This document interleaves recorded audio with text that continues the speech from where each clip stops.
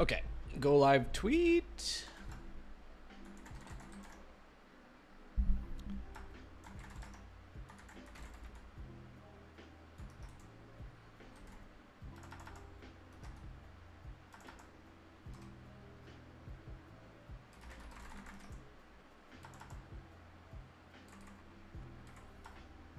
All right, well, I won't take them.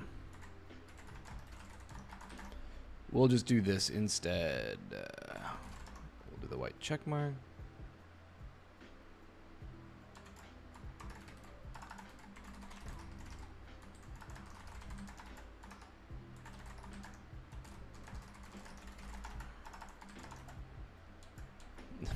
No, we don't want to record the port.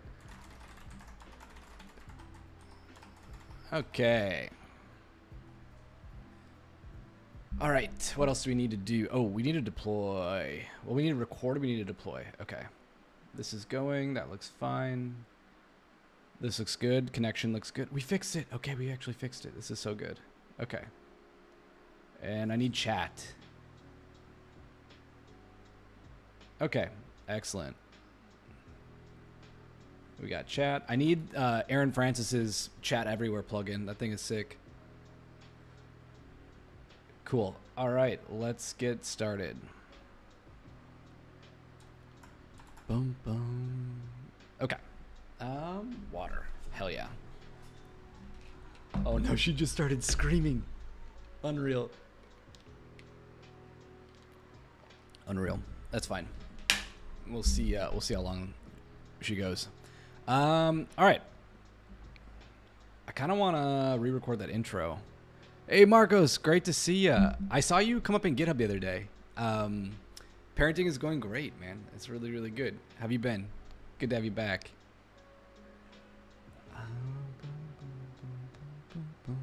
Hey, what's up, Bertrand? Good to see you. Who just followed you? Wait, is it Jimmy Wales, the seminal founder of Wikipedia? Because he followed me.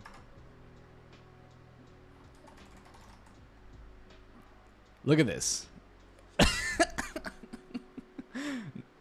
Oh, Taylor Otwell followed you. All right, I don't have that hot of a follow. You want me to grab her? Okay.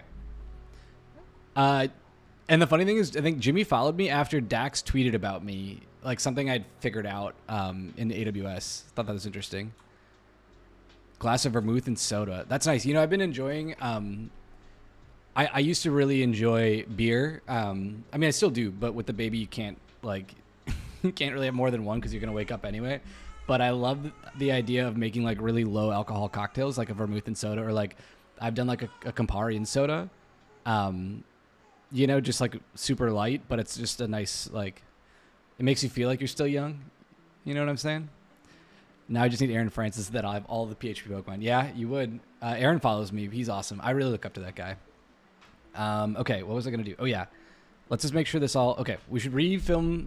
We have to refilm the intro for the serverless versus servers deployment because that all works now. I tested it yesterday. So we should do that first, and then BENQ sent me this, which is sick. This ScreenBar Pro. I'm really excited to try out, and we hooked up the behind the scenes cam so we can like hold it and check it out when we set it up. So I don't know how far we'll get into that, but I'm excited about this thing.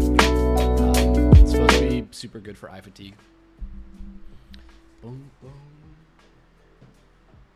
Oh, the other gadget I got, audio too high. Audio for the music or my speaking? Tell me, Marcos. Oh, and oh shit, thank you. All right, 1 second. I did that yesterday, and people were right. This one, music, no video, is way too high. Wow. Okay. That a little bit better? Yeah. That should be better. Maybe a little too loud still. I need to switch this up. I need to fix the scenes. Okay. Thanks. Thanks for the reminder. Hell yeah. Oh, Nacho, good to see you, man. Thanks again for all the subs yesterday. Nacho, Craig, and Nate Codes all gifted 5 yesterday. I was really appreciative of that. That is sick. Okay, let's get deploying.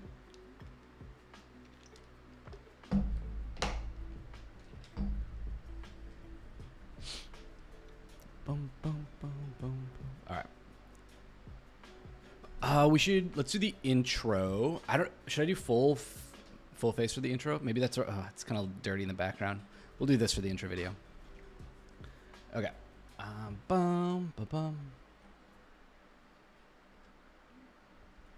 That is a fun fact. Both Uruguayan. I've worked with an Uruguayan team before, a contracting team when I worked at NBC Sports. They were awesome. Super sharp devs there. Looks like you folks have like a really big like cloud and developer community. I think that's sick. All right. There is a myth going around, and you've probably heard it. You can either pick serverless, get easy scaling, but lock in huge bills, or you can run everything on a $5 VPS, and you can run it everywhere, but you have to run it all yourself. The truth is, that's a total myth. And I'll show you how you can create the exact same Docker image, the exact same application, and ship it to both a serverless runtime and a totally server-full runtime and get the best of both worlds. Let's dive in. All right, that's a good, that intro worked for me. I hope it worked for you all. Okay. If you were here yesterday, like Nacho, I'm sorry, there's gonna be a little repeat because the baby crying came through on the audio and it was like I was holding her, it was just too much. Bum, ba, bum. All right, we're just gonna roll it. Okay, the first thing to know about what I'm using here is an open source project called the AWS Lambda Web Adapter.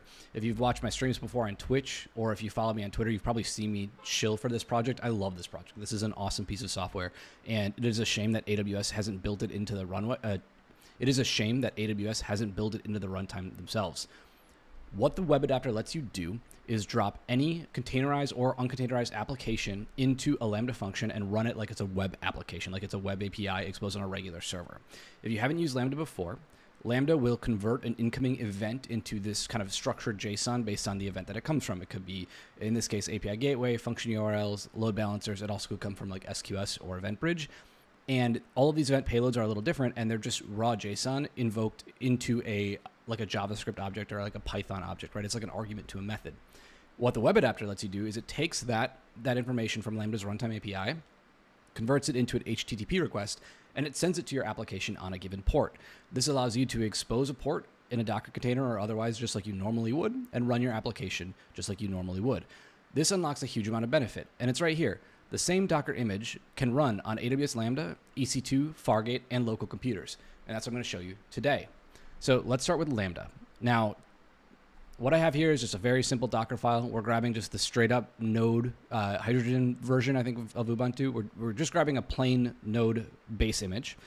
And we're adding the AWS Lambda web adapter, and we're adding it as a Lambda extension. So it's going to go sit in the opt directory.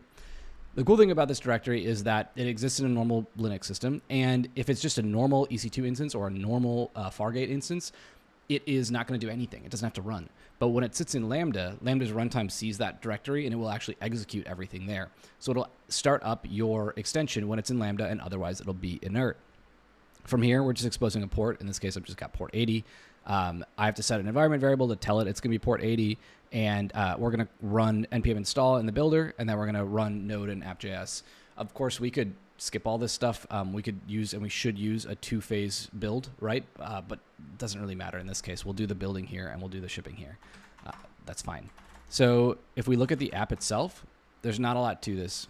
We are going to want to change this to be the default port.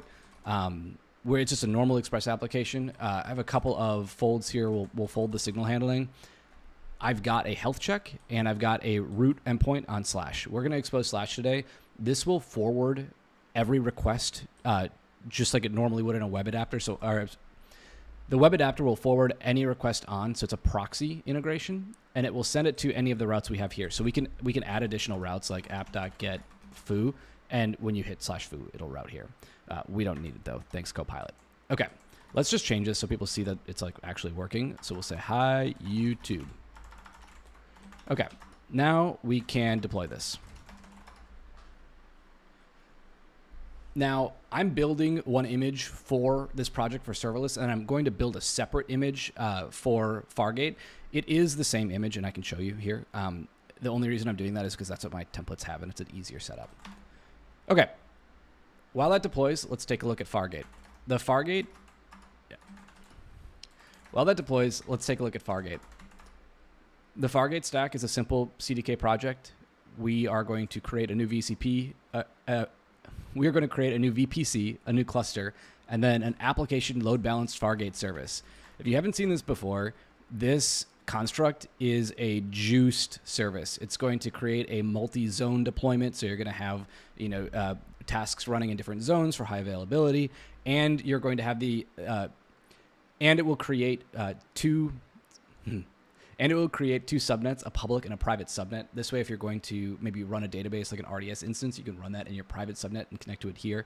This is actually a very fully featured stack ready to go, even though it looks like it's super limited. Now, in the actual application directory, you're going to see a very familiar site. You've got a Docker file and an app.js file. You can do the same thing with Python. You can do this with Go or with Rust. It doesn't matter. It's just a web project. We have the exact same thing here. The only difference is I'm actually setting the Linux AMD 64 flag. This is just going to... This flag is just telling my local machine to not grab the ARM version because I'm on a MacBook, an M1. Instead, it will go out and grab the x86 version. That way we won't have any launch errors like we did yesterday. We still have the Lambda web adapter extension here. This is going to be totally inert. And then we still expose port 80. In this case, I don't have to set the other environment variables because they're not being used here. And then we just run the app. So let's go ahead and deploy this.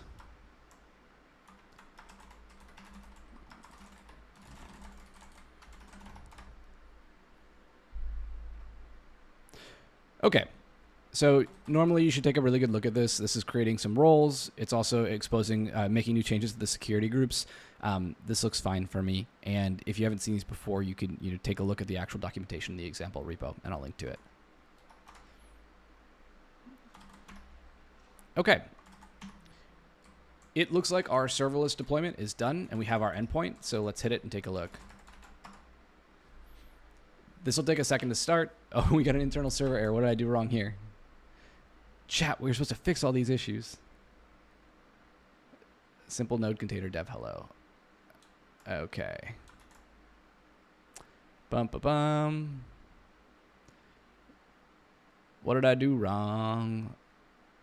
CloudWatch. It's probably a launch error. Our Lambda's still powered. No, when Lambda started, it did run on... I think they were all T2 micros. It's pretty funny. They just had a whole fleet of them provisioned, and then they would deploy it and then re-image it when it was done.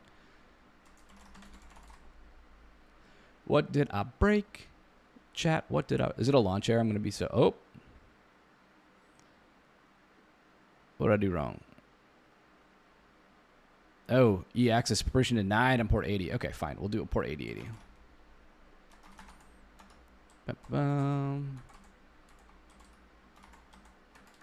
Oh, of course, because port 80 is probably the extension. No biggie.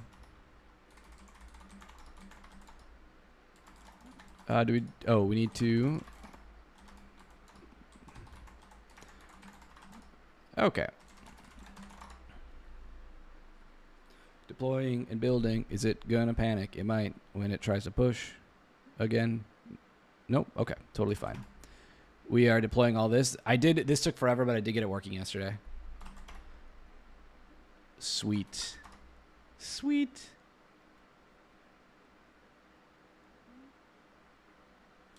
I figured out all of the encoding stuff too. I'd accidentally clicked into advanced for OBS, and I was trying to change the recorded rate because I have a much larger screen here, and I wanted to record more and then stream, because it has to stream at like 1080. However, OBS got really mad at me, and then it had switched to a software encoder. Okay, the serverless deployment is done. So let's go ahead and hit this endpoint and take a look.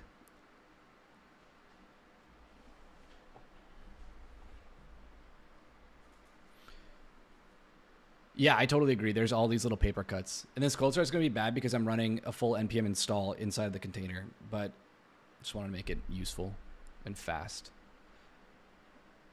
Yeah. Hey, Richard. Good to see you.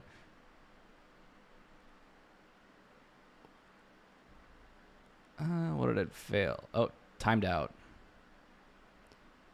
Did it actually time out, or did it not? Did the health check fail? I wonder if I goofed the health check setting. Do, do, do. Lambda adapter ready. Sig term. What did I get wrong?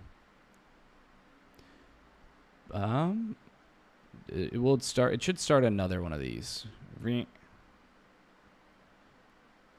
Okay, it got the example app. It said example app waiting on port 8080, but it just never responded. Oh. What did I goof? Oh, I wonder, did I...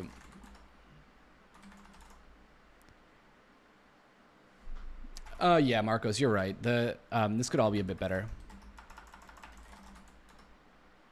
That looks good. Port 8080.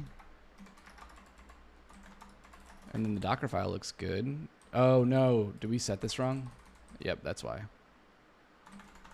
Okay, let's try this again. Are we still rolling? Okay, sweet. Fargate's still rolling. No worries.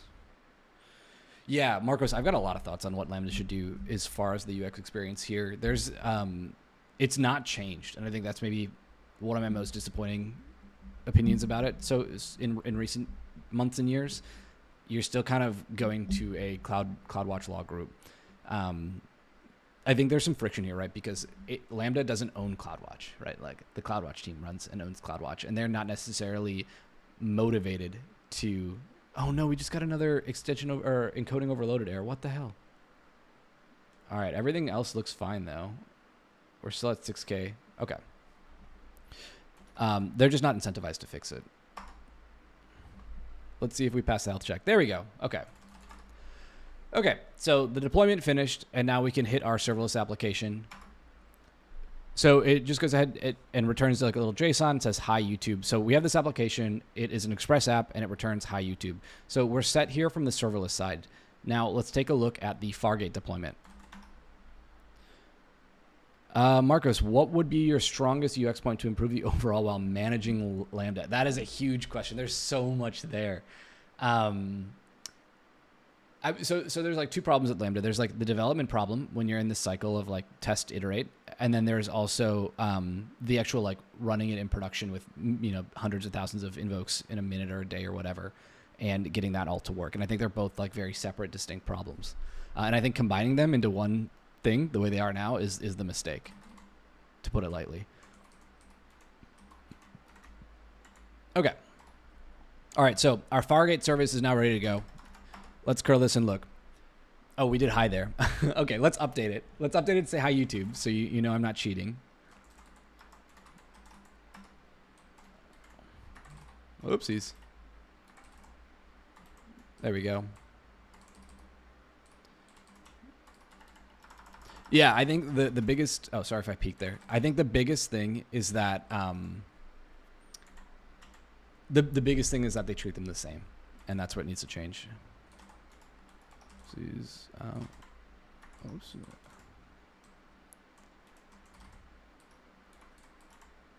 What is the shoot? What's the Vim shortcut for the quote? It's not B for bracket. It's no, I forget. Whatever. All right, let's change this message so it says hi, YouTube. Is it really Nacho? No. DIQ and DAQ doesn't work. Wow, I just forgot this. I was playing with this yesterday. Hold on. Bum, ba, bum, ba, bum. Oh, I have to actually give it the quote, really? There we go. No, it's just the actual key. The other thing I'm trying to get better at doing in Vim motions is marks, right? So like you can, you can do MK, and then we're here, and then we can go back to K. So I want to get better at that. Is it, yeah. So you can do like, say you want to look up here. Oh no, Richard, did I freeze the video? Shoot. Marks and jumpless rock. Yeah, Control T, Control I. I'm trying to get better at those. I'm not as good as that. Richard, your phone is janky. Throw it out the window. Okay, now let's edit our app route and just have it say hello, YouTube.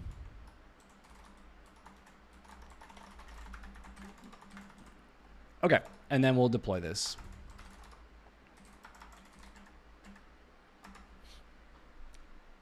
And this one should be a lot faster because it just has to build the container image and doesn't have to deploy anything else. Layer exists, push, push, push. Having more luck today. Baby's not yelling. Chat. I think I've shown this to chat before, but one of my favorite keychains ever. Pretty sweet. Pretty sweet. I am stoked on that one. Julie from AWS gave that to me. Shout out Julie. That's a great t-shirt. I have a couple stickers that say that. All right, we'll bring the music back for a second, even though we're still recording. Yeah, all of my metrics on Twitch look great. 0 drop frames, 6,300 kilobytes per second, 6% CPU. We're good. Thomas, no, I don't actually. I work with Richard in an office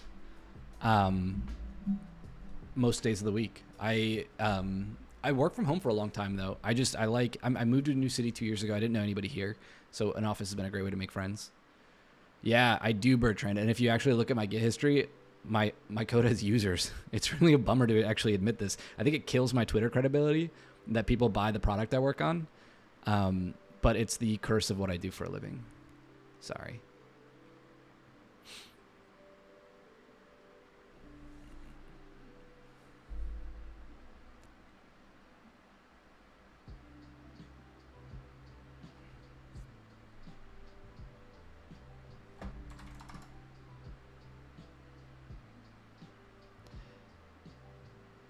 Richard works in my group. That's kind of going counter the current Twitch meta. Everyone is unemployed.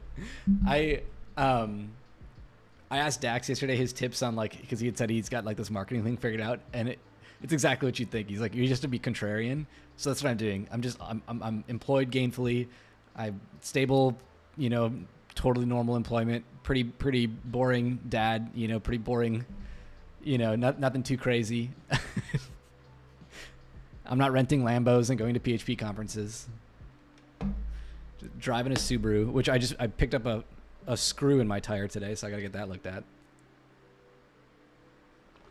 I mean, fair. Who doesn't? Who among us? Who among us wouldn't?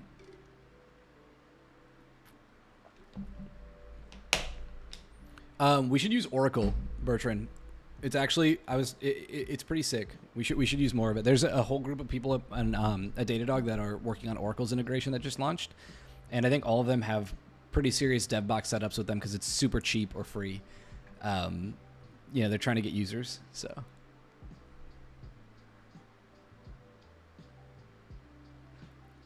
I could never pull off a tweed jacket. What's LIDL? Is that's some European thing? Man, I can't even get Hetzner because I'm American. You get 4 VCP and 24. What, Marcos? You get 4? No way. All right. Well, I have to redo my DevBox video anyway, and I'll do it for Oracle. Euro target, nice. I wouldn't know. Bum, ba, bum, bum.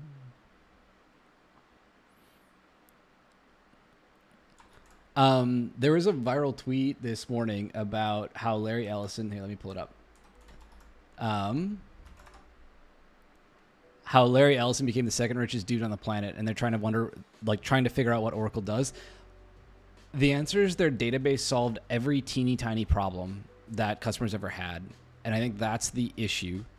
Not really the issue. That's how they figured this out. That's how they put this together. I followed the 1 billion row challenge really closely. Okay, we'll talk about that in a second. Let's do this. Let's wrap up this video. I mean, even the sales stuff, I think they do fine. It's more that they the way they solve problems. Yeah, the way they solve database problems are whatever it is, we'll create an environment variable flag for you and make it your database. It's like the Salesforce version. So even if there's a better offering somewhere else that's 100 times better at 90% of what you do, Oracle is 1,000 or 10,000 times better at that 10% that you need, and you just can't get away from it. And I don't even know if you want to. Maybe it's just worth it. All right, that deployment is done. So let's hit our endpoint and take a look. So you can see right away we get the message, hi YouTube. It's the exact same application. It's running in both Fargate, it's running in Lambda. You can run this anywhere. You can put it in Hetzner, you can put it on Coolify, you can run it in Oracle Cloud for all I care. The benefit is you have the exact same container image, the exact same application code, and it is able to move wherever you want. And that's why I think the myth of serverless lock-in or serverless horror stories is just a myth. You can do serverless. You can do servers. It doesn't really matter. You can go between them when you need to. And I think the productive developers out there that are still out there, you know, earning money and having customers, they know this. They know that compute is a commodity and you can move between whatever compute you need. So pick the one you want, but make your application easy to move. It's not that hard to do anymore. You're not getting locked in. You're just not reading the documentation. Go read the docs. All right, I'll catch you guys in the next one. See ya. No, it doesn't, Richard.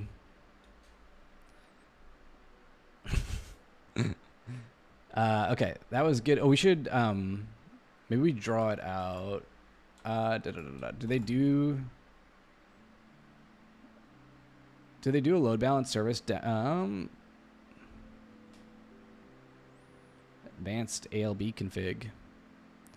You would cry if you saw me. No, dude, I worked on a full Perl stack for like 2 years. You can't make me cry with software. let's be reasonable.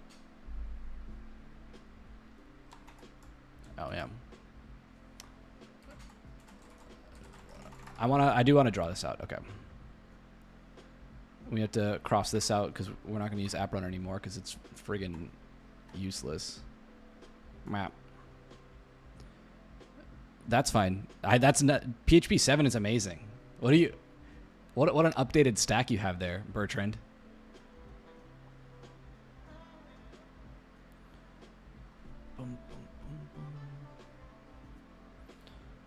Oh, I should have paused the music for that. I can put another track under it. That's fine.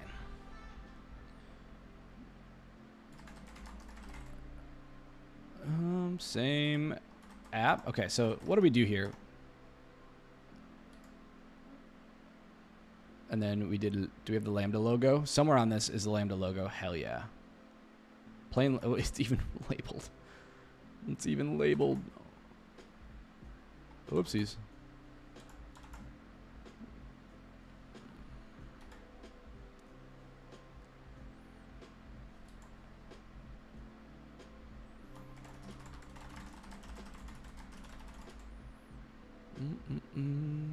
We have the shapes, right? Chat, where are my shapes? Library. Oh, that is small. Where the hell is Fargate?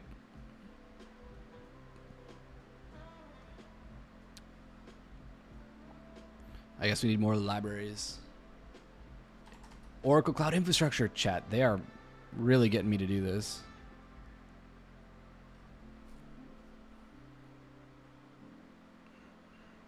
Here we go. Boom, boom.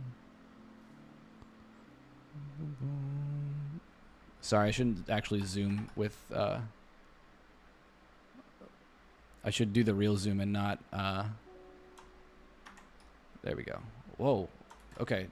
Rasterize. There, okay. Boom, boom, boom. Where did I draw this? Chat. It went away.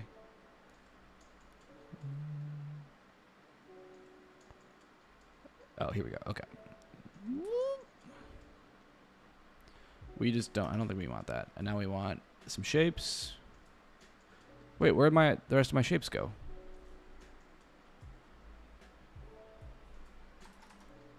AWS V2. Thank you. Dun, dun. We need API gateway.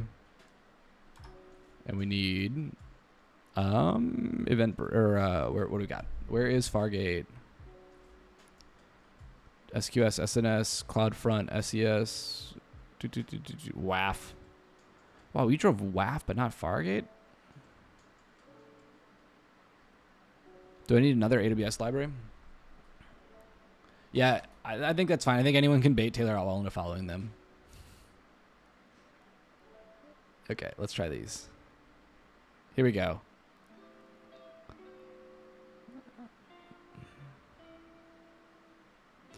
We can, I guess we'll put this here. Oh, here we go. There's Fargate. No, we just lost it. Chat. Are they alphabetized? Wow, that would have been handy. Fargate right here. Boom. PHP devs are easily confused. I mean, we all are. It's fine. Not really worried about that. Where is application load balancer, chat? I know these are tiny.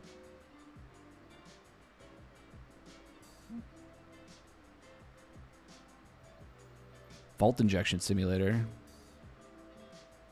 It's got to be one of these, right? Yeah, here we go. Oh, Richard, if you're still here, how does the stream look on your phone? Is it like usable at all, or is it totally pointless? I'm sure these icons are totally pointless.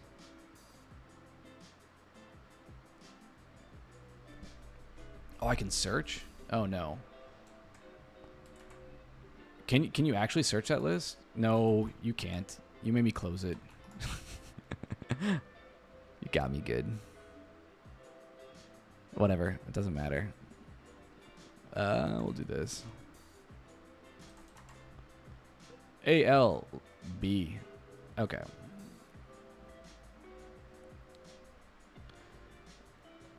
Oh, we should add the Oracle one. I think that's actually funny to say. 0 downloads, chat. No one has used this before. Martin, I'm using your work. I want you to know this. What is Oracle's compute called? Service gateway. Sure. Load balancer. Boom. Do they not have anything that says Oracle on it? None of these say Oracle.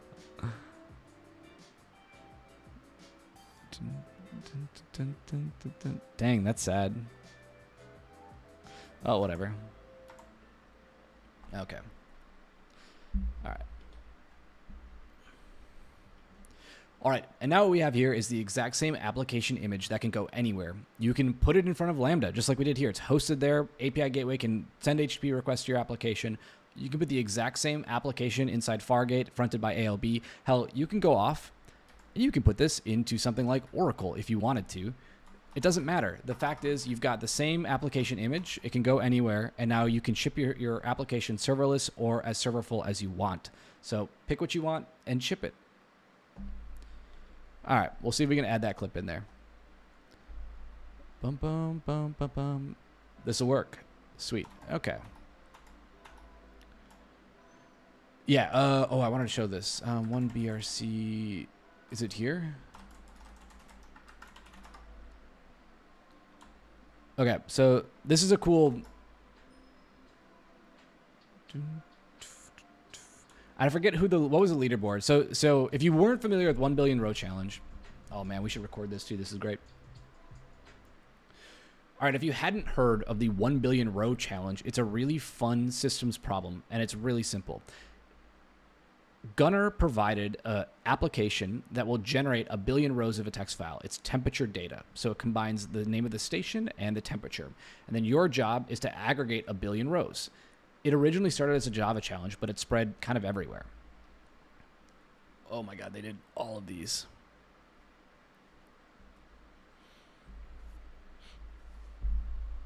This is so cool. So, okay. What the data looks like is the name of the place and then a semicolon and then the temperature for that place. And it's just that out to 1 billion rows.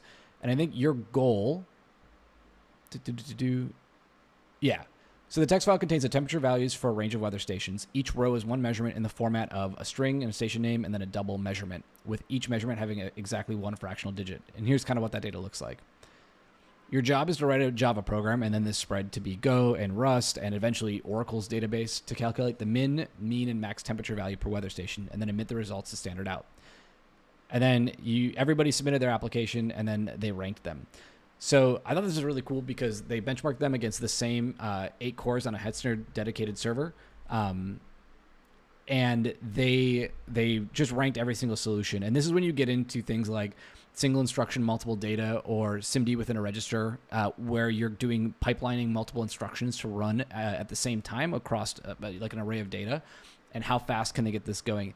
It looks like the fastest result was about 1.5 seconds, which is crazy impressive because I think the naive implementation that Gunner submitted it with was like a couple of minutes. I think is about as fast as he got. I think the Oracle one was interesting though, because while all of these submissions you can see, these are all like GraalVM, native binary using unsafe. We can even check out the implementation here. just like a Java program that is going to rip through this list in probably a bunch of threads. And I'm sure they're using SIMD for this. Okay, what do they do here? The solution starts with a child worker process for the actual work such that cleanup of the memory mapping can occur while the main process already returns with the result. The worker then memory maps the input file, creates a worker thread per available core, and then processes segments of size given a segment size at a time. The segments are split into 3 parts, and cursors for each of those 3 parts are processing the segments simultaneously in the same thread. Results are accumulated into the result object, and a tree map is used to sequentially accumulate the results in the end. Runs in 31 seconds on an i9, while the reference implementation took 1 minute, or while the reference implementation takes 120 seconds. So it looks like a few people collaborated on this. Afonso suggested memory mapping with unsafe and a subprocess idea. Someone else, Kwan Ami, for the branchless number parsing code. This is really, really cool work. And it just goes to show you how you can keep going deeper and deeper and deeper into a problem to solve it in more and more advanced ways. I have not written any Java in a really long time, but I do think a lot of people had the idea of splitting something up into multiple threads. There were some efforts on locality as well, right? Like reading the data into memory. I don't think I saw any more memory mapped options, but I think that's pretty clever too, where you can give different threads memory that they think they own, but it's actually memory mapped into the main process. And as long as you're not writing it, that's totally fine.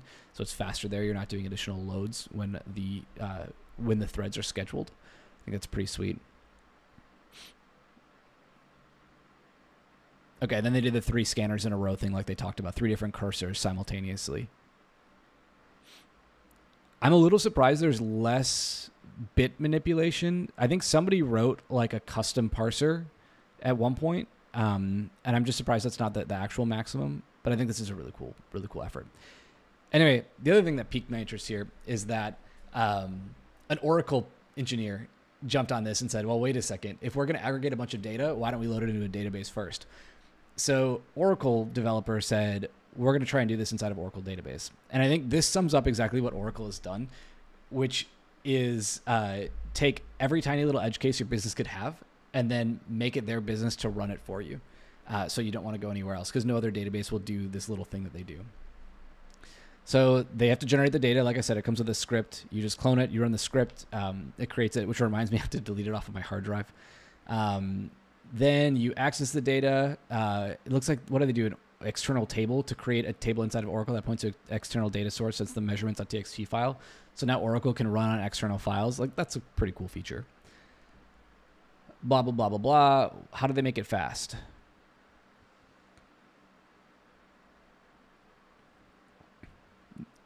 Oracle provides other access parameters or access drivers for external tables. One of them is known as Oracle Big Data, introduced at a time when big data was still a thing. Remember a decade ago? Oracle remembers. I'm sure Oracle remembers.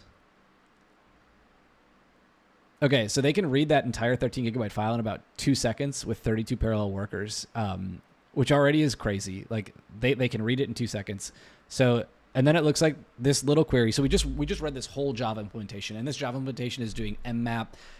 It's doing a bunch of different things to make this faster, and they're able to do this in 12 lines of SQL statement. And I think that's probably why Oracle is so expensive today, because they were able to do it in 8 seconds, and it doesn't look like it took them very long to get to this point.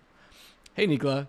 Imagine if they use access to SIMD or RISC-V for the GPU. There are SIMD solutions. There's multiple SIMD solutions. Yeah, somebody did this for parsing new lines with SIMD. Where is it? I just searched for SIMD, and I'm guessing those probably won't be in like the commit. And I don't know the actual SIMD command.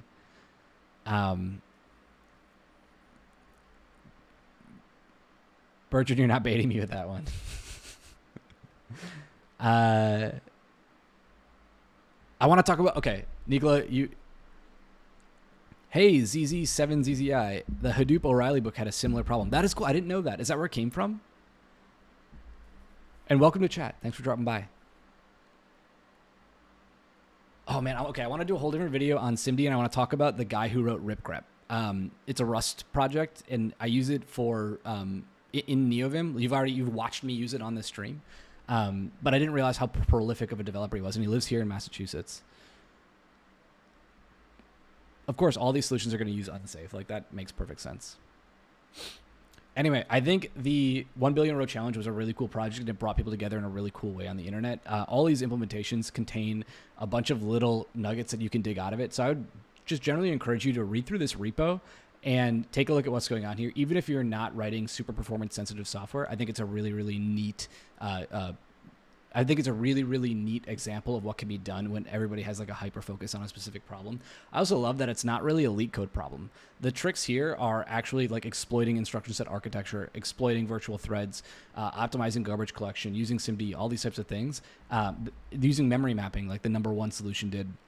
And I think those are the type of really interesting performance problems that I love to read about. So check out the repo, and thanks a lot for Gunnar for setting up this project. All right. We recorded that one. We still haven't even opened the box that they gave me from BENQ. We got to do that. Okay, but Nicola, you nerds cite me. Okay, so I don't know. I've used SIMD libraries, and I've watched like Criterion, which is Rust's benchmark software. I've seen Criterion benchmarks and known that my code was faster, or like profiled it and known that it's faster. I've not studied the implementation of like SIMD libraries before, so let's talk about this. So anyway, if you're wondering why,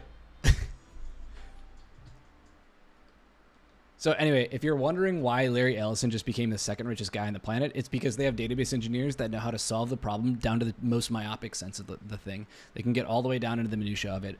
That solution goes all the way down to the same level as other developers. It's solved in a different way, but it's a really cool way to solve that problem. Find your Oracle play. Yeah, I mean, make that money. All right.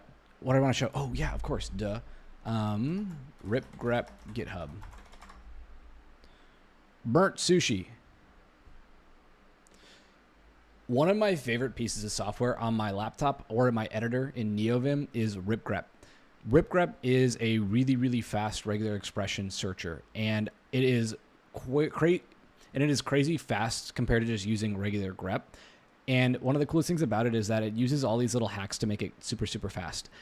What I never knew about ripgrep is that the author, Burnt Sushi, is so prolific. They've also implemented SIMD capable libraries kind of everywhere. And this is Andrew Gallant. I've never met this person, but they live out here in Marlborough, Massachusetts. Obviously crazy prolific coder. So I was just using this library last week, and what memcur is just a string searching library for Rust. So it lets you very easily find a needle in a haystack. And those are actually the terms they use here, like grab needle, grab haystack. Regalia says ripgrep use Hokorsic. It uses globset. Yeah. Yep. Sorry, I wasn't following chat. Okay.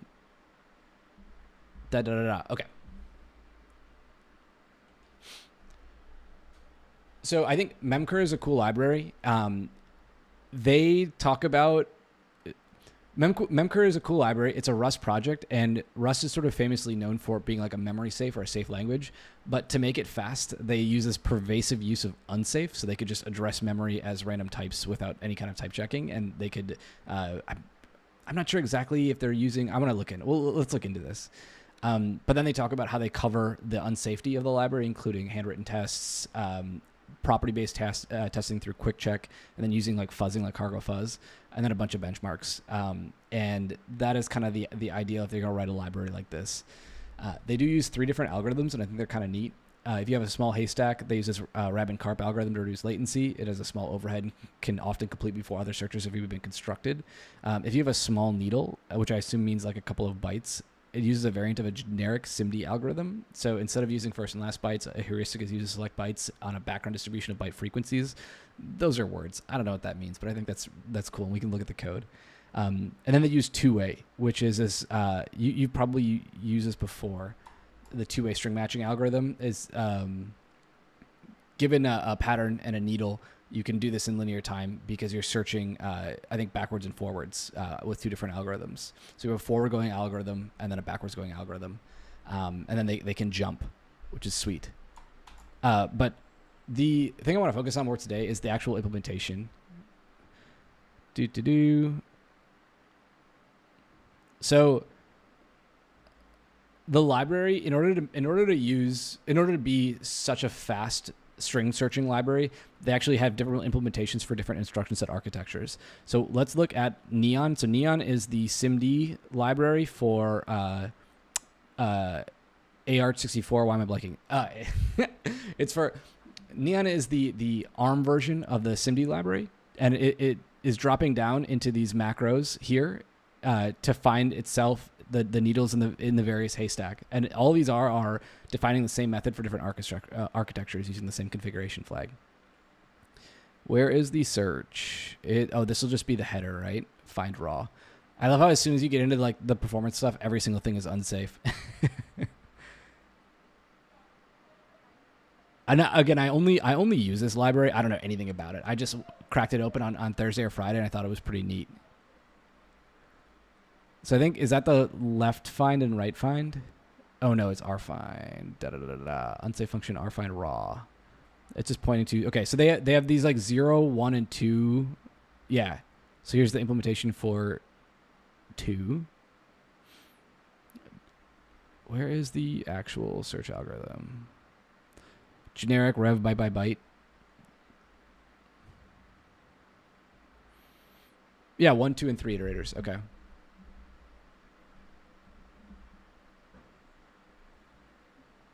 So I think, did this person submit a 1BRC?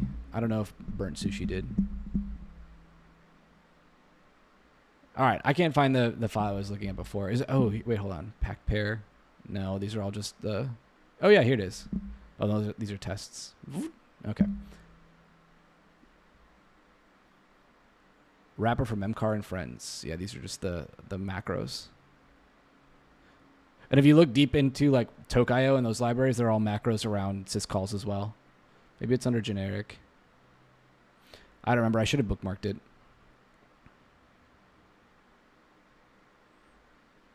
Like fine, but except for raw pointers. I wanted to find the forward finder and the backwards finder, but that's fine. Oh well. Boom. Okay. Let me grab. Oh yeah, we should tear this down quick. All right. Let me grab a scissors and I'll open this up. Yes, chat. Let it delete.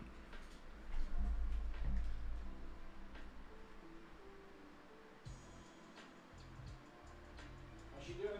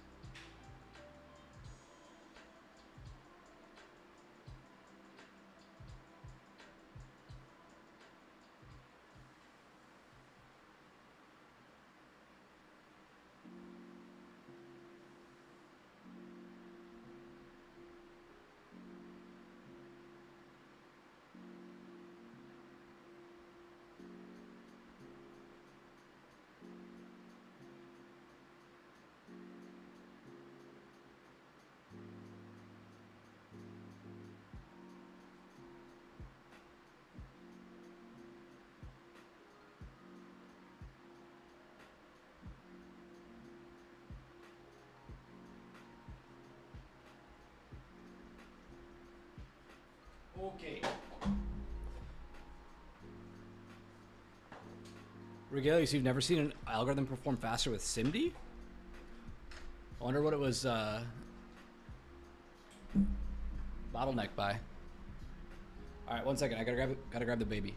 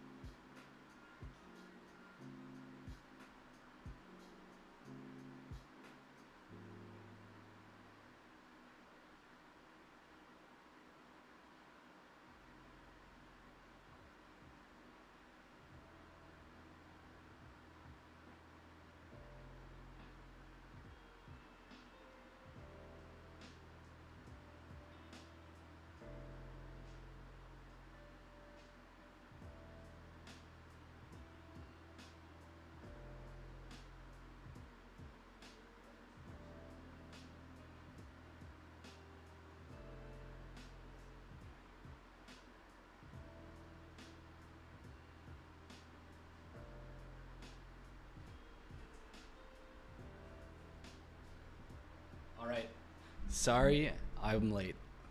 Had to get the kid. Oh yeah, definitely. I'm super new to it. I've not used SIMD before. I just think it's a cool optimization. I have been following some of the folks working on like audio and video encoding, and I think it gets kind of useful there. I think that's pretty interesting. Okay, how is this gonna work? Is this ready? Sweet.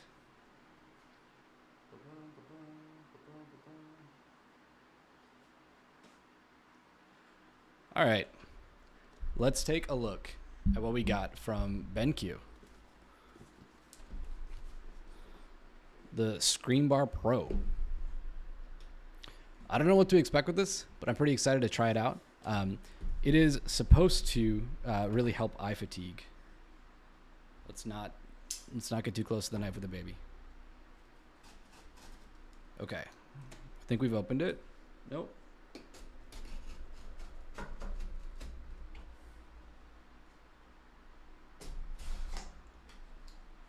All right. I am not sponsored. They just reached out and asked if I wanted to try it out. Cool.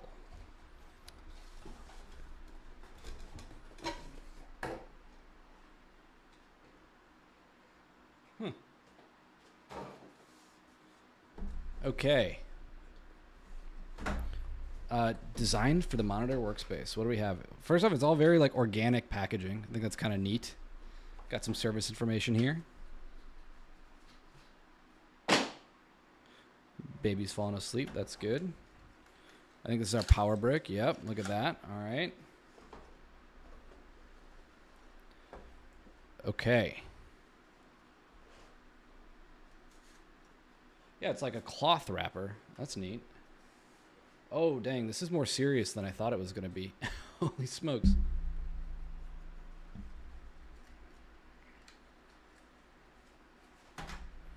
So it's definitely heavier than I kind of expected. Remove before use. You got it.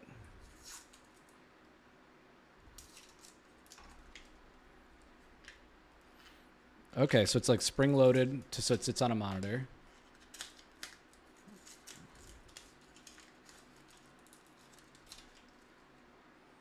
Oh, that's cool.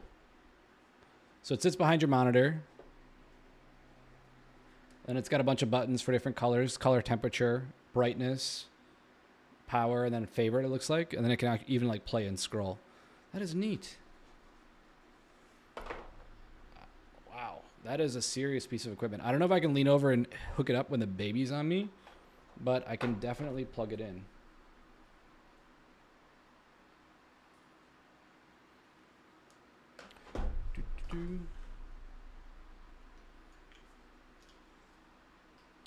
All right, baby.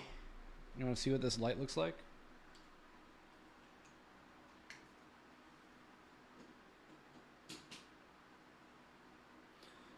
All right. Oh, wow. It already warmed up. Whoa.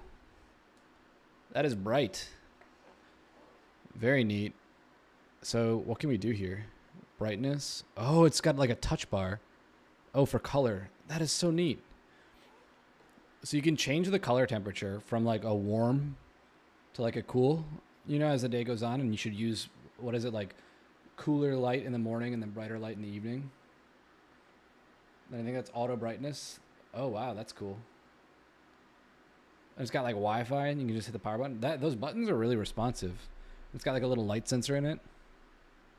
Oh, that is sick. All right, I'm going to have to hook that up like above the monitor and give you my full thoughts later. But I'm very impressed already.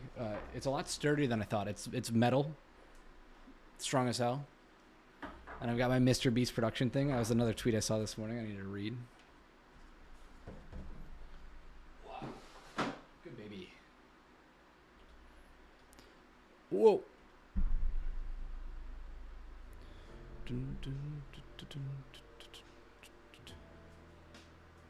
Your aligned data is what I meant. Oh, we're talking about SIMD again? Nice. These deployments do take forever when you have to deploy. Yeah, everyone say hi. Hi, baby. She's fast asleep. Boom, boom, boom, boom. Okay, so what is this Oracle Cloud free tier? Build, test, and deploy applications on Oracle Cloud for free. Okay, you have a 300-day cloud credit for 30 days. Oh, these are all just trials, though. Is it free? Oh, Oracle always free? Okay, so these, okay, it's just like Amazon's free tier. So you get one instance network load balancer for free. 10 terabytes per month for free. That's awesome.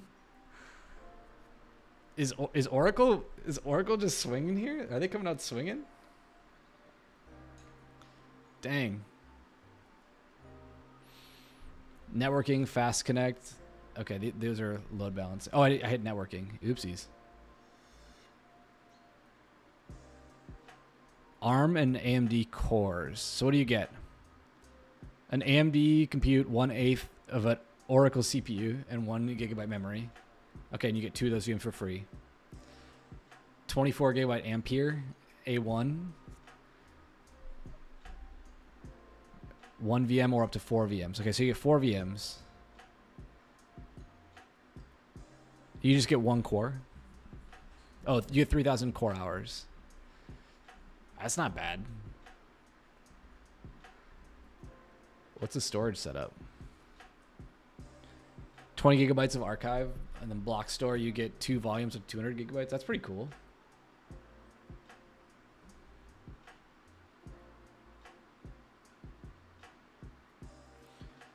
Claim your 24 amperes soon. This is sweet. I didn't know they have all this stuff. Containers and functions. Let's look at their serverless offering. Oh, they're just trials. Kubernetes. 4,500 hours of compute for OCI. Up to 500 gigabytes of storage for Docker-based OCI registry. That's nice. 500 gigs is good. I'm getting like, I think my little builds are mostly for container images because I'll turn off all the compute, but I don't disable or delete all that stuff. But that's also why with AWS, you really want to be using multiple accounts. Because when you look at your bill, it's super, super easy to see which account it's coming from. So if you use a different account for every application you host, you'll know exactly what it's for. And since you can just create a brand new one, it's super good. Yeah, ECR is a pretty low free tier. She is sleepy, baby. Boom, boom, boom. I was wondering if anybody followed up on the app runner thing from yesterday.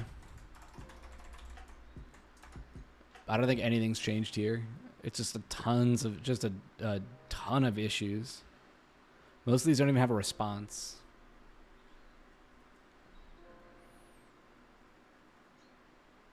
Ability to run a shell command.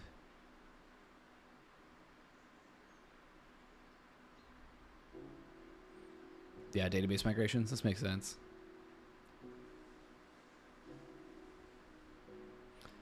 Support turning off HTTP to HTTPS redirects.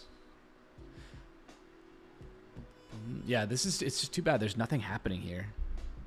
Cannot be creative as longer than 64 characters. That's funny. Oh no. Brutal.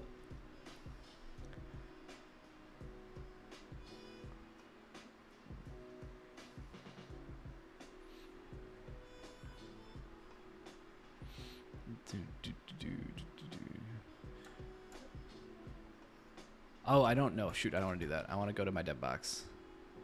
All right, let's see how many, if I still have a disk spun up here.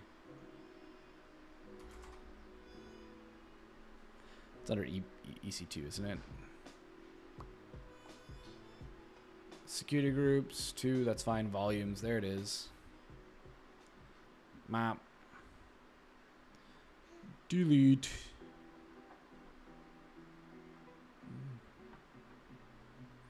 You get to detach first, then you can delete it. Oh, it's still detaching.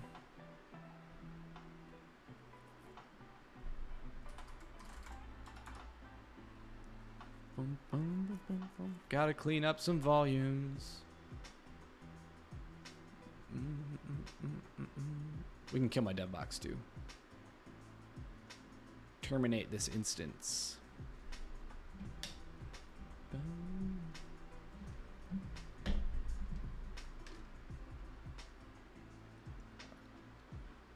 Lambda doesn't have a public roadmap. I don't know what's coming. I mean, I have some guesses, but I don't really want to speculate too broadly. They have a bunch of like runtime specific stuff that I'm hoping they broaden, right? Like things that work for what one language or another, but not all. So that'd be cool to see. I think runtime updates in general got a lot better this year, so that's exciting because they were really far behind, and for the longest time it was like you never knew when you get a new minor version, and now they say within 6 months of the version being like long-term support, they'll add it. So I think we'll get Node 22 coming up here. And I think we'll get a couple other, runtimes and big changes there. So excited about that.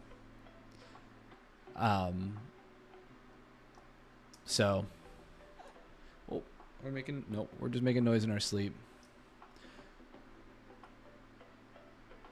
So yeah, I don't think there's probably not tons of stuff coming though, unfortunately, but that's okay.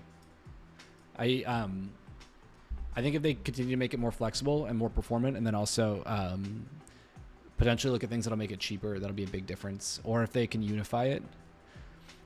Yeah, ability to run server requests in parallel with Lambda would be sick. Like a normal, like a web server, because you already get that with SQS, right? You consume a batch, an async batch, and you can run up until you run out of memory, right? Oh, I actually want to show something. You can just like rip through 500 payloads if your workload supports it, and I think I'd love to be able to do the exact same thing on my I'd love to be able to do the exact same thing on my like APIs, so I can run and insert multiple requests concurrently. I think the vision behind Lambda was that they would be able to deliver a runtime experience where it was like perfectly optimized for serving one single request serially.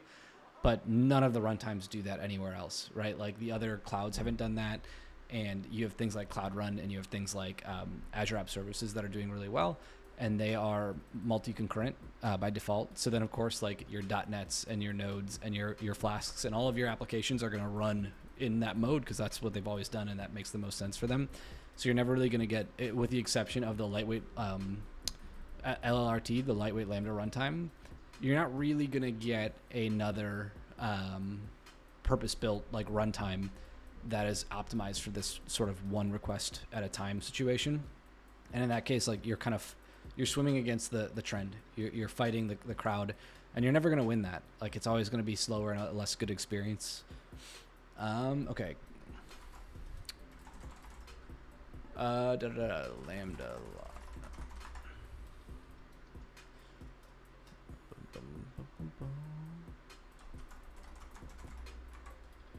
Okay, so is it this one? Okay, and we want to pull up a couple more. Oopsies. So AWS Hero pointed this out to me. Shout out to Vlad. So all of these languages got updates in the max memory use field saying the amount of memory used by the function. When invocations share an execution environment, Lambda reports the maximum memory used across all invocation. This behavior might result in higher than expected reported value. This is just how garbage collection works. I'm sorry for folks who are upset about this. Some customer got mad, I think, and made them log it. Once your Go program or your Python program, it doesn't really matter. All these runtimes do the same thing more or less. Once they allocate memory from the server, they're not giving it back. They're not going to free it until that entire process exits, and there's really no reason to unless you set an actual like memory ceiling, which you can do. And the reason is just that every time you allocate memory from the system, from a syscall for malloc, that is a kernel mode switch, and that incurs a bit of a performance penalty. And you also want to, they want to lay out their own memory space. All these runtimes are optimizing their own memory space for their own programs. So there's really no reason to give it back. And I think what customers are surprised with is they see like maybe in their own profiler, they're like logging GC or like have GC debugging enabled, and they see that a given request consumed like whatever 300 kilobytes of memory, but Lambda still reports that it used like 500 megabytes because at some point it had aggregated up to there or allocated up to there, and then those bytes are going to be held by the runtime. So I thought that was interesting that this got added. Spying on their website for diffs are super useful.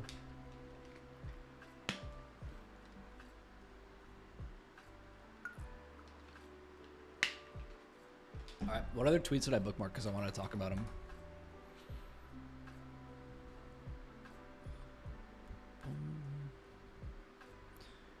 Larry Ellison, Vim. Oh, this B-tree thing is awesome. Did everyone see this by Ben Dickin? This is sick. Reject. Okay. So if you have trouble visualizing, and I do, what a B-tree data store looks like, they have this little application that you can add some random key and then a sequential key. We can add like a well, let's go above, so 630 or 730, 740. And then you can adjust like the number of keys per node, or you can continue to like add or remove. Can you delete actually? Oh, I think this is really neat. Really, really cool way to visualize how B trees work. And then if we add and continue to add like more layers in the tree, it'll scale out from there. And I think this is so cool. It is such a useful visualization technique to see exactly how a balanced B tree is maintained in memory for like a database index. This is used for both like the actual index itself, and I think it's also used for how the data gets laid out. Oh, and then they do search too. Yep. Linear scan. Boom. Super cool blog post here too. Read and write in different block lengths. And I think, didn't Postgres just switch to like a 16K block? Is a bigger block size. The superior B+ tree for databases. All right, Nikola, thanks for dropping by and talking about SIMD. Take care. Have a good night. There we go. She's out. Out cold. Man, this is just so cool. Okay, so you can play with this yourself. I'll put this into the chats. Oh yeah, as soon as she gets put in this harness, she sleeps.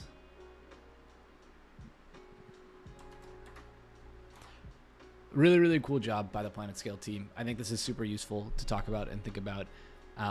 Oh, right, of course. Then you can add the B+ tree, which has the pointers in between the nodes.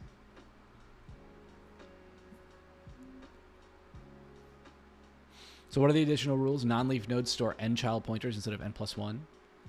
All nodes contain next and previous pointers, allowing the tree to also act as a doubly linked list. That is slick. Oh, sorry, I'll keep bouncing. I wrecked the bounce cadence. I think this is just so cool. Like, pop a random number in there, boom, 216. Gets routed. That's too big. We'll go to the left, and then linear search up until the next slot. Boom. Why are B+ trees better for databases? Two primary reasons. Inner nodes do not have to store values. We can fit more keys per inner node. This can help keep the tree shallower, like additional layers, or reduce additional levels. All of the values can be stored at the same level and traversed in order via the bottom linked list. That is, I think, the clutch point. Any of the values are stored down here, and you can just rip through this linearly. One of my favorite interview questions is, where would you use like an array versus a hash map? When is it faster? Oh wow, you can even set this on the BENQ thing on my laptop, so I play with this now. Nacho, welcome back.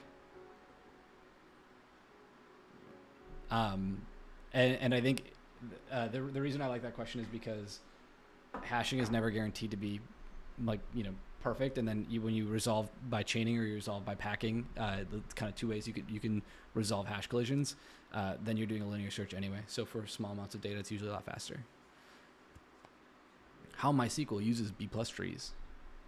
Oh, I keep turning on this light. I'll have to actually read the manual and learn how it works. Very cool though.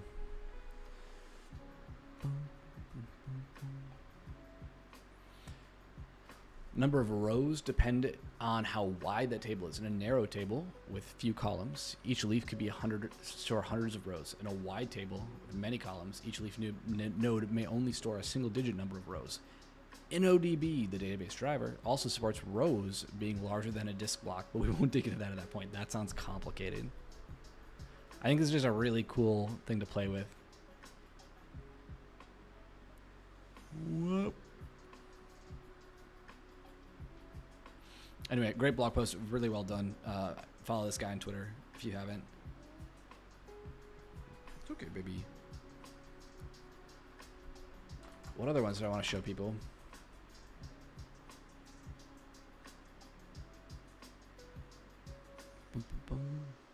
Yeah, it's super cool. It's super cool to play with. I don't work on databases. There's stuff I want to do, um, but I think that it is very, very, very neat. Oh yeah, okay. I want to talk about this one. This is more my speed.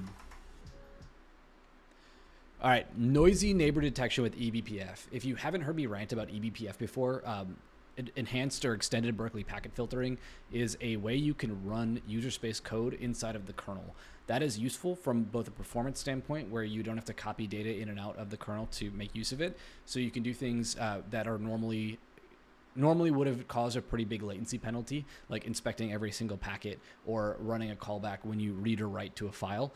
You can do those things much, much, much faster inside of the kernel, but you have to stick to a couple of specific rules. Okay, so the compute and performance engineering teams at Netflix regularly investigate performance issues in our multi-tenant environment. The first step is determining whether the problem originates from the application or the infrastructure. One issue that often complicates this process is the, quote, noisy neighbor problem. On Titus, oh, that's quite the name, Titus, our multi-tenant compute platform, a noisy neighbor refers to a container or system service that heavily utilizes the service's resources, causing performance degradation in adjacent containers. We usually focus on CPU utilization because that's our workload's most frequent source of noisy neighbor issues. Okay, so they're packing a bunch of VM or packing a bunch of containers on a VM or a host, and they're probably clearly overpacking. And I think the idea is that every CPU cycle will do useful work. Makes sense to me. I don't know how that impacts their workload or their performance, but I do think it's super interesting. Detecting the effects of noisy neighbors is complex. Traditional performance analysis tools such as perf, shout out perf, we love perf on this stream, can introduce significant overhead, risking further performance degradation. True, that is the challenge. Perf event open is an expensive system call to track. You put counters on every single syscalls and those get really, really spendy. Additionally, these tools are normally deployed after the fact, which is too late for effective investigation. Also true. Another challenge is that debugging noisy neighbor issues requires significant low-level expertise and specialized tooling. Also true. In this blog post, we'll reveal how we leveraged eBPF to achieve continuous low-overhead instrumentation of the Linux scheduler, effectively enabling self-service monitoring of noisy neighbor issues. And then you can learn about the kernel in this post. Okay. Very neat. Should we go to the picture? No. Okay. So, okay. They're instrumenting the run queue latency for each container, which measures the time processes spend in the schedule queue before being dispatched to the CPU. Extended waiting in this queue is a telltale sign of performance issues, especially when the containers are not utilizing their total CPU allocation. So each container has a certain amount of CPU it can use in a given time period. Maybe it's a minute, maybe it can use whatever, 10 million cycles. And if you're under that number, but you're waiting for the schedule to run you a lot, that means that you have a noisy neighbor, right? Something else is stealing those cycles, you're unable to execute. Continuous instrumentation is critical to catching such matters as they emerge, and eBPF, which hooks into the Linux scheduler with minimal overhead, enabled us to run and monitor run queue latency efficiently. To emit a run queue latency metric, we leverage 3 eBPF hooks: schedule wake up new, and schedule switch. This is a sick diagram. I love this diagram. So your run queue is going to hold all of the waiting processes to be executed. I think they're in time order. So this is it is a stack, and this is the next instruction to run. Previous, next pointer. Oh no, sorry, it grows upward. Okay, still a stack, different direction. Okay, so schedule wake up and schedule wake up new hooks are invoked when a process changes from sleeping to runnable. So when your process is done waiting for IO, it will invoke that hook, schedule wake up and schedule wake up new. And they identify that the process is ready to run and is waiting for CPU time. So during this event, generate a timestamp and store it in a hash map using the process ID as the key. Okay, so T2 is when the task came out of queue. So T1 is when it went into queue, and then you wait. T2 right here, boom, it gets executed, and then it can go back in if it has another instruction to run. And it's tagged by who preempted, which is important because if you get bumped, you want to know who did it. And it's calculating the rate of preempted tasks per second. Okay, makes sense. Let's read some C code. Okay. So they have a hash map, and then the max number of entries, and they have a key size U32s, and then a value size U64. Those values are timestamps, right? And the key is the process ID. Okay, so they're they're grabbing this schedule wake up, and then they write the task ID and then the timestamp here, and then they update the map and return 0. So that gets run every time it's hooked into this method.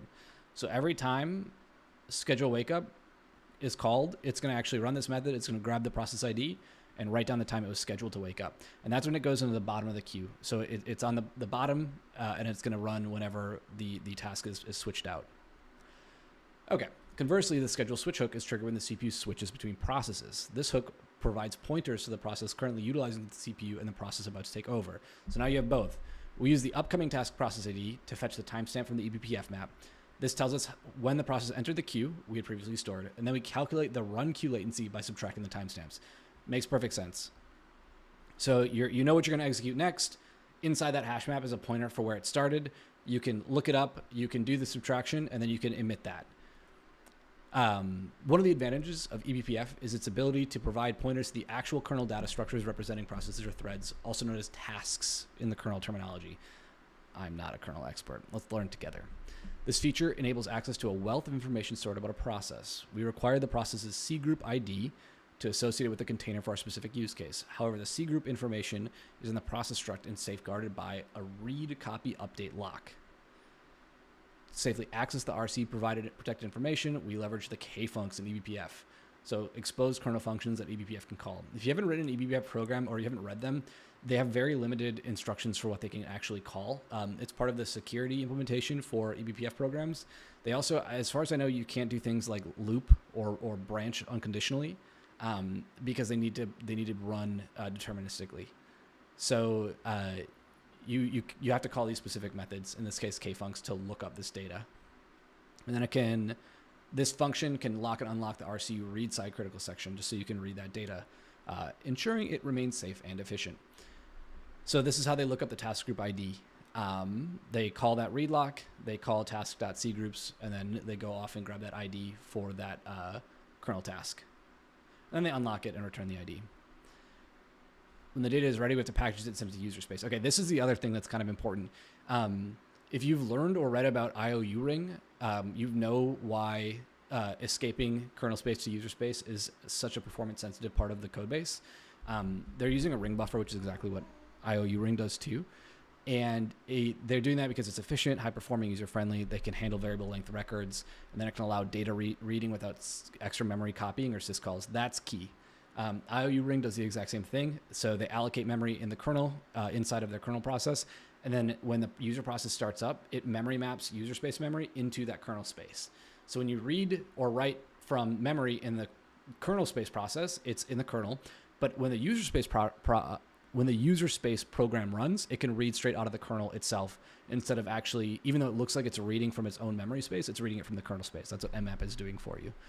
That avoids an actual memory copy and a syscall, which is why you can keep this up at line speed.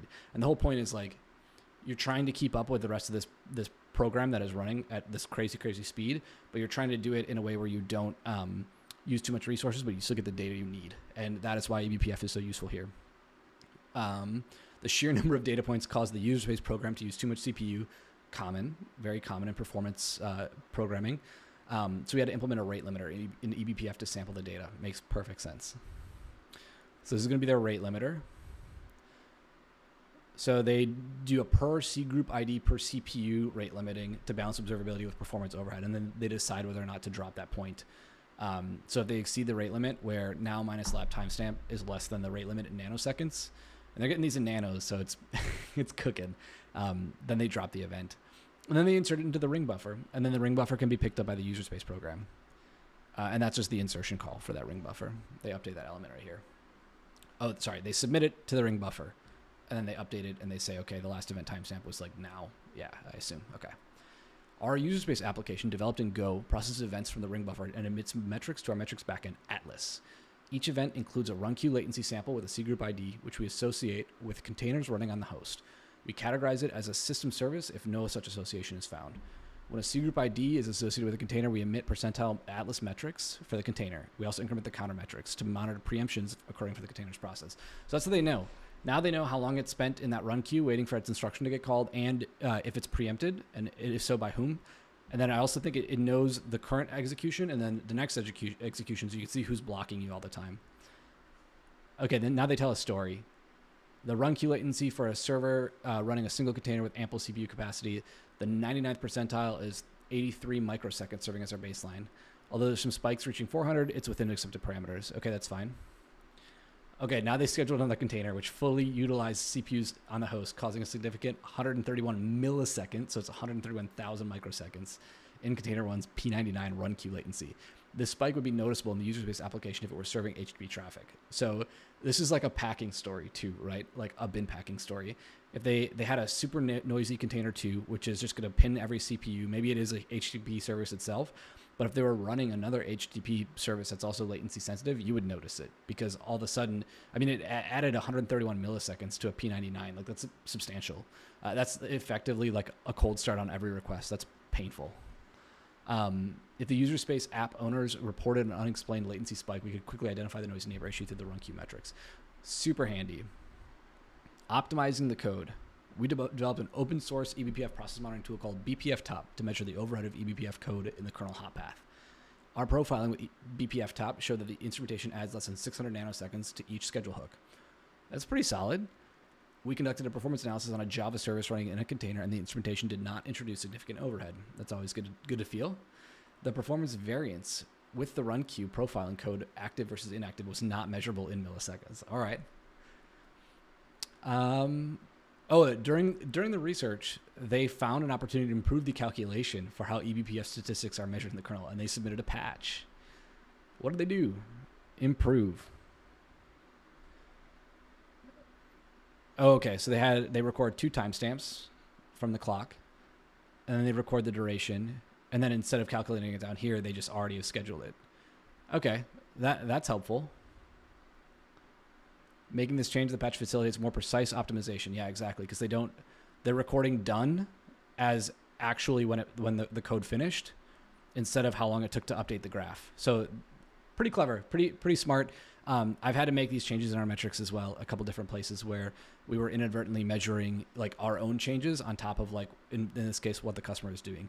So, there's some function here that it's going to run, and then they wanted to end the duration here, and that's exactly what they wanted to do. Shed clock, I assume, just gets the current time. If that's not, someone jump into the comments and correct me.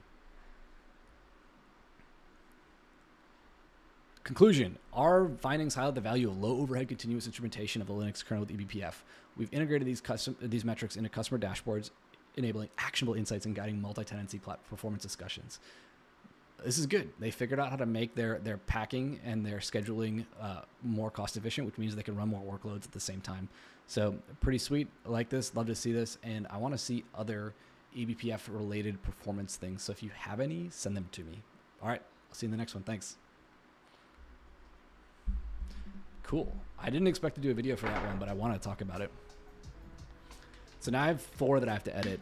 We'll see how good I get at this. Baby's still sleeping though. Check that off. All right. Chat, you were pretty quiet for that time, but there's still a number of you here. Hope everything's going well. Or did you all fall asleep like my baby? I'll take that. That's fine.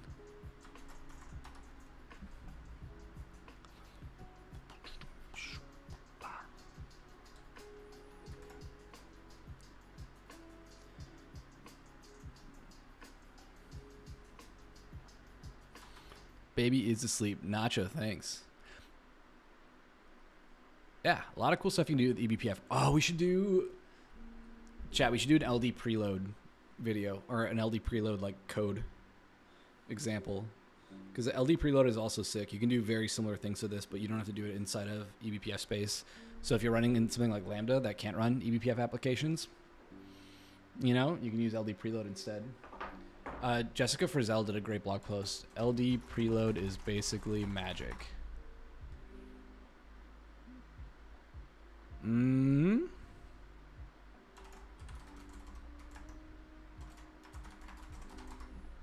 Yeah, here. Oh, the hero we need and deserve. Old one. This is great. 10 LD flags I love. BuzzFeed. You guys remember BuzzFeed? Good old Docker days. Yeah. Oh, did you work with her when she was there, Marcos?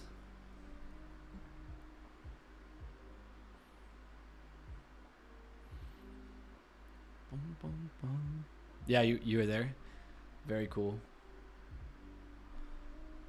Yo, nerds, tell me all the dirty things you've done with LD preload. What is this?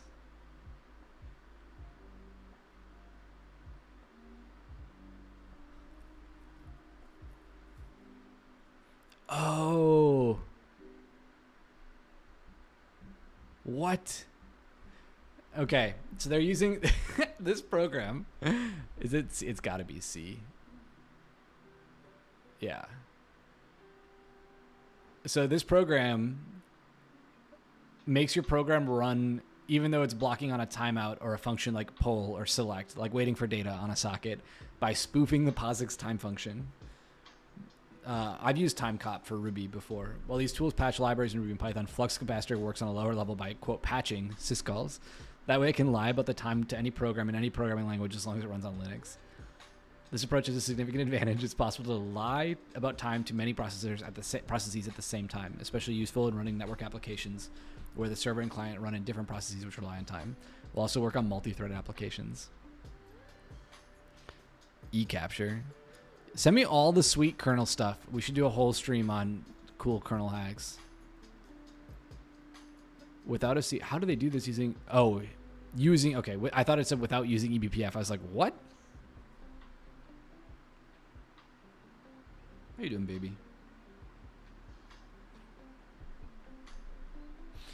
Oh, very cool. I like the B logo with the glasses.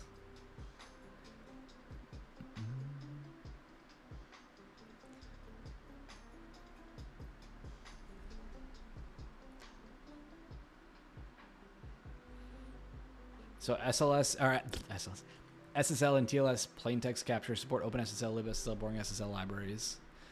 Yeah, it's a man in the middle proxy. I think if you're like reverse engineering, you like an iOS or Android application, I think this is probably super useful.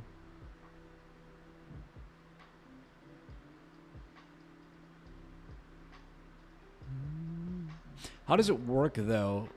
Okay, so it just captures it before it leaves, and then after it's decoded. Got it.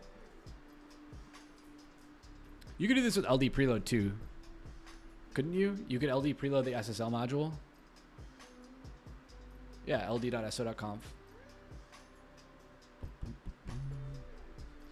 I say that hypothetically. This is some armchair engineering here. I've not done this myself.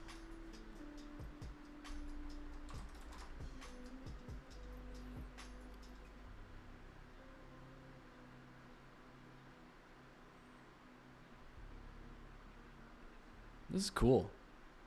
Yeah, you have to run something privileged. So this can all just run in user space. Well, it runs in the kernel, but as a user space program.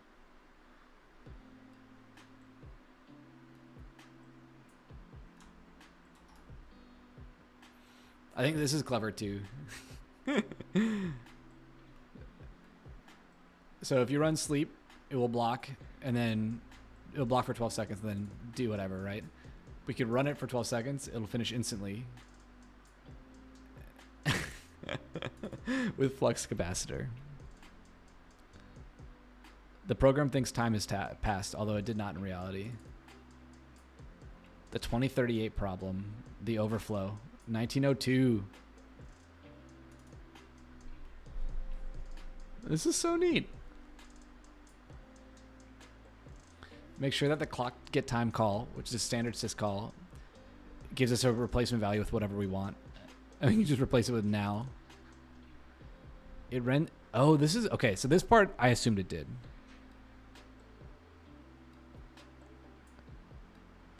Oh, this is how it gets its children. I didn't realize you could do that. So it calls like a process trace sandbox to capture all the syscalls that any of the children or forks make.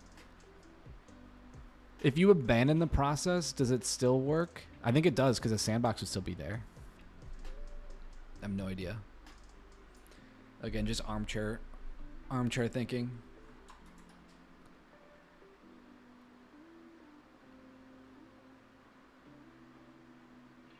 I think the next stream we should do like an eBPF program to do something silly like this. We'll have to do it on the dev box, as is tradition. Should we do it on an Oracle dev box? Marcos, what did you do?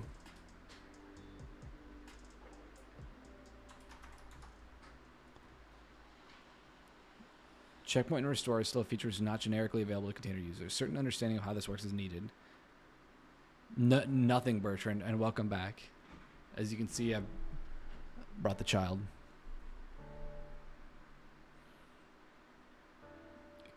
Container migration tool.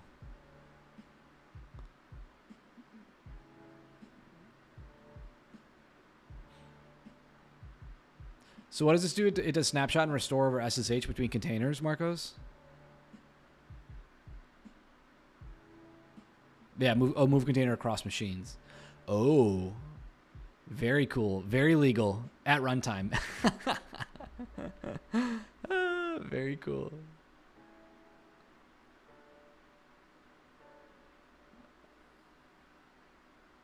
Without dropping TCP connections, really? So the container can have a TCP connection and then get moved to another machine as long as they're in the still same network, and it'll like continue. Yeah, because those file descriptors are still there. It wouldn't work if it was behind a different NAT though, right? Like if it was in a different network. That's neat though. This is clever.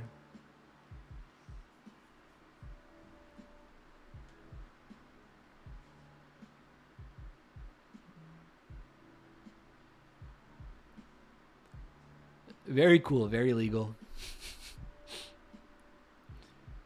All right, what does this migrate do? This is the beef of it, right?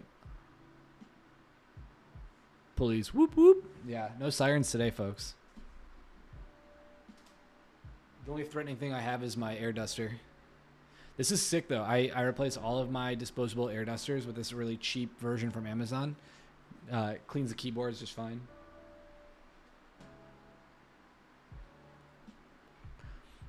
Okay, so you dump IP tables. Run C, okay. This is the checkpoint. Yeah. Checkpoint restore IU. I don't know, what does the I and the U mean in that acronym? So then it writes it. Does it use SCP? Yeah, it does. SCP.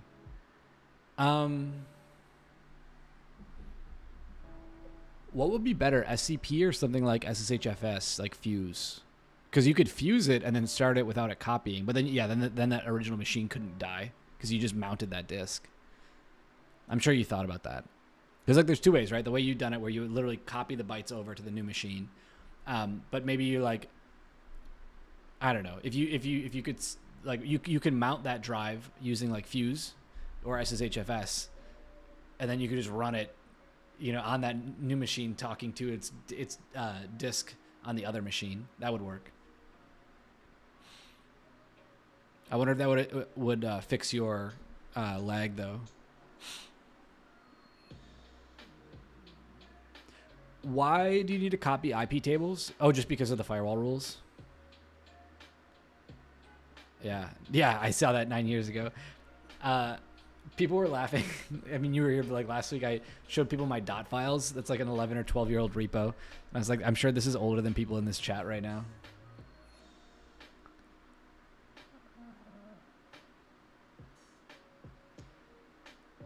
Okay, then you just apply the rules. Every infrastructure program is just shelling out.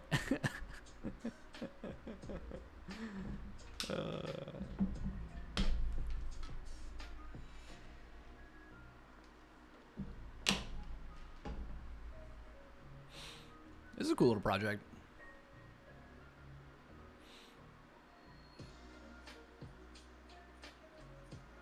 Dropbox recently stopped working on non-ext4 file systems. There's an LD preload hack to make it work anyway. Is it Docker thing? I don't know what that is. I've never used Dagger. Oh, here we go. Oh yeah, you told me about this. I still haven't used this at all. I have to, just for content generally, I need to create like a simple Go app that I'll just use to demonstrate some of this stuff. Because all of my Lambda functions do like little dumb things, and I think I want to do like just like a simple, even like a CRUD app in like a Docker container would be good to have on hand. Intercept readline calls to add undo to any interpreter that uses readline. That's neat. A silly hack that lets you mount an app's object runtime as a file system so you can browse the class hierarchy, and then insert it via DLLD. Dynamic library load. Do I remember how to build CRUDs? It's been a minute. PHP. I think, what do you need? A database and a multiplexer? It goes multiplexer library. Should be easy, right?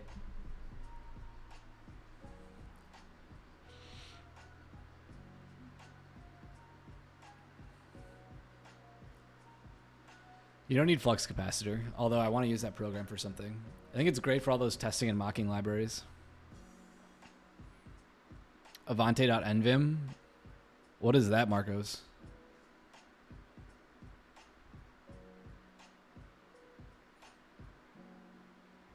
I've done a couple LD preload examples that logout like syscalls. Oh, cursor for Neo NVIM.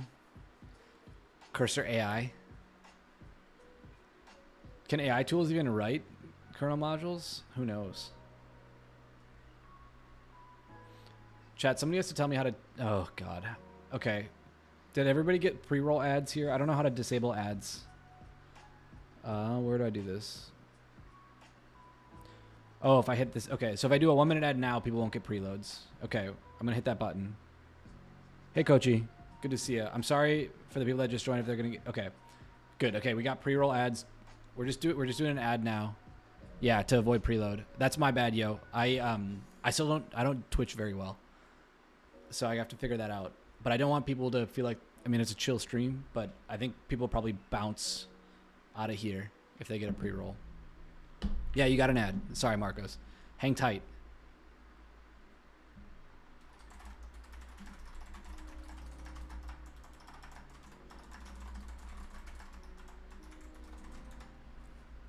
Hang tight, Marcos.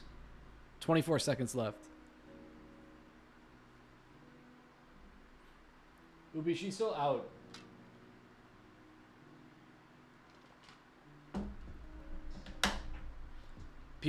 Multiple people, creators have DM'd me and told me that like cool people in the space have told me to do this, and I keep screwing this up. All right, welcome back. I'm so sorry I did that. I've been told to run these and I never get it right.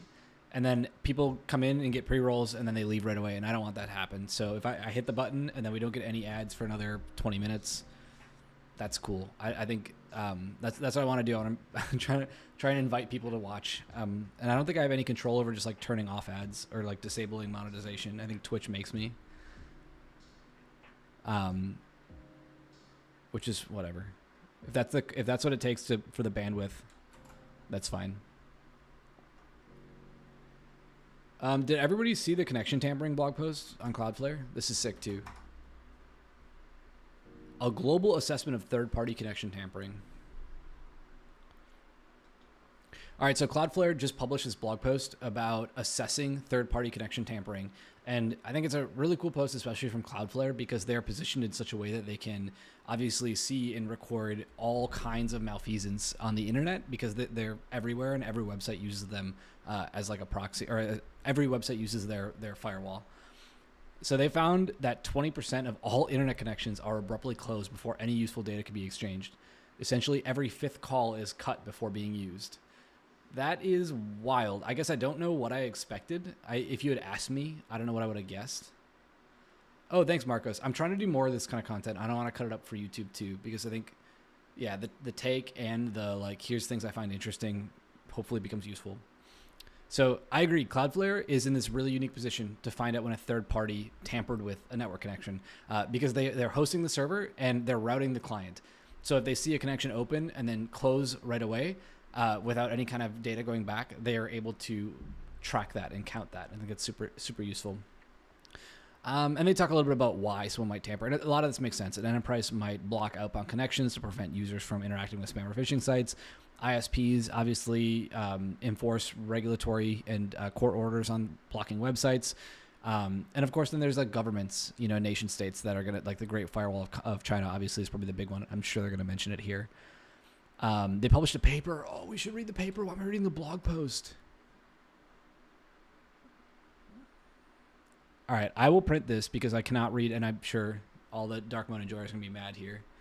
Oh, okay. People also told me I should use dark mode. I'm sorry I screwed this up, so let's do it from the beginning. Okay. So Cloudflare just published this blog post about third-party connection tampering, and I think it's a really cool thing for them to publish because they are really well positioned to identify when there's malfeasance on the internet. And they published a paper about this, but they found that 20% of all internet connections are abruptly closed before any useful data can be exchanged. Essentially, every fifth call is being cut before it can be used. I think that's really, really cool that they discovered this. And they talk about why. They're in this unique position to figure out when a third party may have played a role. And we can think about a bunch of third parties, right? Nation state actors, things like the Great Firewall of China, or ISPs blocking stuff for regulatory reasons and so on and so forth. Companies blocking outbound connections to YouTube or Netflix at work. Any of those types of things are considered, network malfeasance that they can see. The full technical details were peer-reviewed and published. They did a presentation, but here's the blog post. Global insights for a global audience. Evidence of connection tampering is visible in all networks around the world. We were initially shocked that, globally, about 20% of all connections to Cloudflare close unexpectedly before any useful data exchange occurs, consistent with connection tampering. And here's a snapshot of the data they're showing on Radar. This is so cool. So 10% are closed after the first SYN, 3.5% after the ACK, and then push. So push is, I think it's data being written, and then even 5.8% later on. It's not all tampering, but some clearly is. We'll describe it more detail, and as we describe it in more detail below. Need some water. 1 second.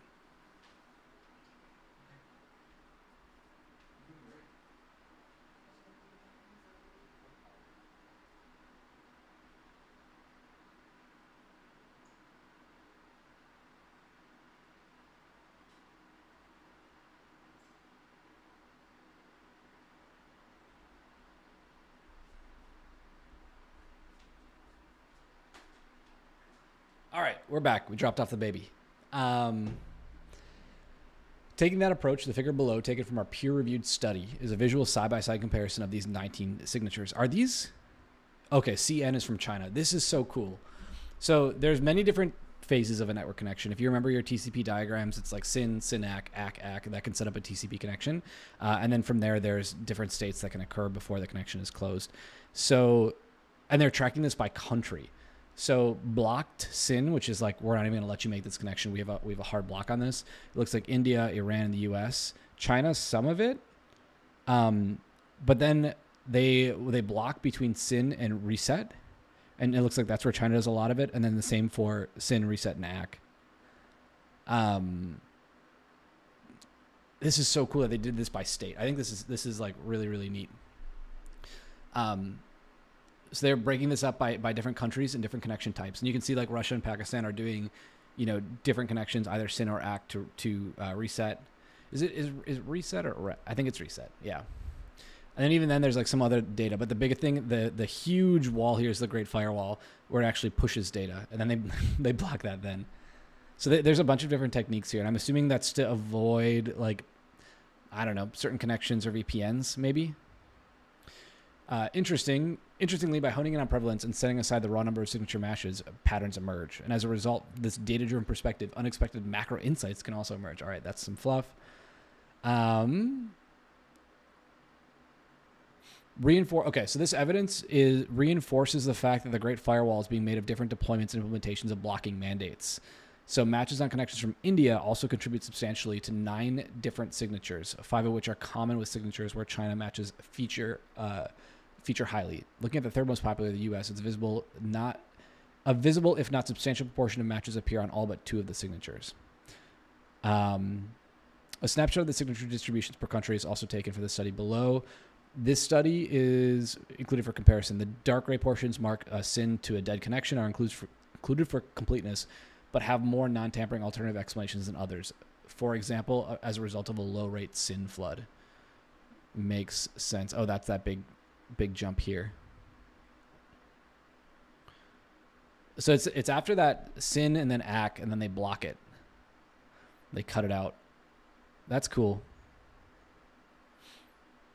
Turkmenistan, Russia, Iran, and China, roughly 80, 30, 40, and 30% respectively, these connections match a tampering signature. That is a lot of blocked websites. The data also reveals high signature match rates where no prior reports exist. Peru and Mexico, and additionally, analysis of individual networks in these countries suggests a likely explanation is a zero rating in mobile and cellular networks, where an ISP allows access to certain resources but not others at no cost. That makes sense. So they're implementing their like dollar rate limiting, or in this case, their peso rate limiting, by cutting off the connection. So it's like a feature, not a bug. Explaining tampering with telephone calls. Do we need to do this part? I don't know. Okay, maybe this is useful. Connection tampering is a way for third party to block access to particular content. However, it's not enough for the third party to know the type of content it wants to block. The third party can only block by identity and name. So that's where you see those like sins and then cutting it off right away. They know exactly where that IP address is going to, and it's on like some blocked list. However, IP addresses change. DNS can point to many different things. And as a result, they might not know what the actual data is until they get that response back. And that's why you're waiting until they like push data on that socket before they can close it. On the internet, the most common identity is a domain name. In a communication on the internet, the domain name is most often transmitted in the server name identification field in TLS, exposed in clear text for all to see. Oh, to understand why this matters, it helps to understand what connection tampering looks like in human-to-human communications without the internet. The internet itself looks and operates much like the postal system, which relies on addresses and never on names. However, the way most people use the internet is much more like the plain old telephone system, which requires names to succeed. In the telephone system, the person dials a phone number, not a name. The call is connected and usable only after the other side answers and the caller hears a voice. Then you ask, hey, who's this? Here's who I'm trying to talk to. The call manifests in the system as energy signals that do not identify the communicating parties. And after the call ends, a new call is required to communicate again. So how does that work on the internet? On the internet, a client such as a browser, quote, establishes a connection. Much like a telephone caller, it initiates a connection request to a server's number, which is an IP address. The long-standing connection-oriented protocol connects the two devices is called Transmission Control Protocol, or TCP. If you're watching this, you're doing it on TCP. The domain name is transmitted in isolation from the connection establishment, much like asking for a name once the phone is answered.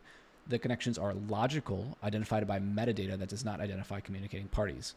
Finally, a new connection is established with each new visit to a website. So you have the client, you have the middle box. In that case, it's Cloudflare. You send a SYN packet to some server, then you acknowledge a SYN, and then you confirm with the ACK, and then you send your data. You're like, I'm looking for so-and-so. Is Quick TCP though? I mean, Quick is HTTP 3, so yeah. I think everything is after they added framing, right? So like HTTP v1 didn't have any frames, and then you had to do like chunked transfer encoding only, and now HTTP v2 and v3 are all framed protocols, and then they're all streamed by default. Okay, what happens if a telephone company is required to prevent a call to some party? One option is to modify or manipulate phone directories so a caller can get the phone number they need. DNS filtering, right? We know that well. A second option is just block all calls to that phone number, but that inadvertently affects others, just like IP blocking does. Yep. Once a phone call is initiated, the only way for the telephone company to know who is being called is to listen in on the call and wait for the caller to say, is so-and-so there, or can I speak with so-and-so? Mobile and cellular calls are no exception. The idea that the number we call is the person who will answer is just an expectation. It's never been the reality. Of course, there's many different ways you can do that. So you have to, quote, listen in. And this is, are they going to talk about deep packet inspection here? For the purpose of establishing communication channel, phone calls and TCP connections are at least comparable and arguably exactly the same, not least because the domain name is transmitted separately from the connection. So once you have the connection established, then you send that domain name. Oh, just saying that as far as you know, Quick runs over TCP. Yeah, but the connection is established over TCP. I guess that's worthy to call out. Similarly, on the internet, the only way for the third party to know the intended recipient of the connection is to look inside the packets as they're transmitted.